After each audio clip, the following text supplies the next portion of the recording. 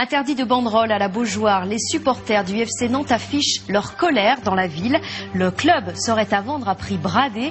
C'est en tout cas leur message de provocation à l'attention du président Kita. Face à Dijon, le but est signé de Vivian.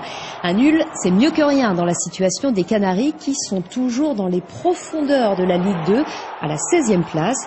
Mais le classement n'est pas le seul souci des Nantais.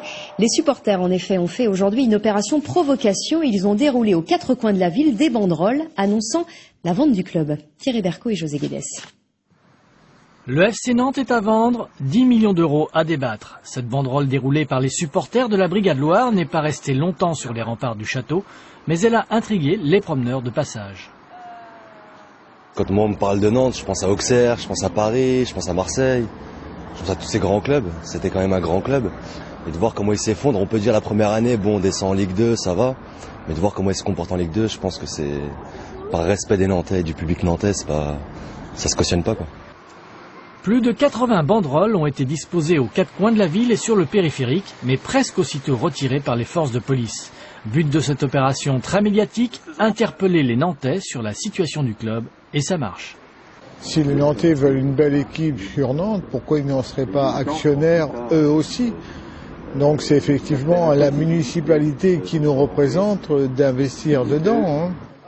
En fait, les supporters, jadis anti-Dassault et aujourd'hui anti-Kita, ont un objectif moins avouable. FC Kita, on n'en veut pas. FC Kita, on n'en veut pas. FC Kita, on n'en veut pas. On est en grand danger, le club va mal, la direction est totalement absente. Pendant 3 ans, elle était trop là, maintenant elle est complètement absente. Voilà, c'est évident que ça marche pas et qu'il faut changer. Pourquoi le vouloir le vendre ? Parce qu'on veut pas qu'il y ait un dépôt de bilan. Joint par téléphone, le président Kita refuse de polémiquer avec ses contestataires. Il préfère insister sur l'argent qu'il a investi dans l'achat des joueurs internationaux, dans le club de formation et dans les tribunes.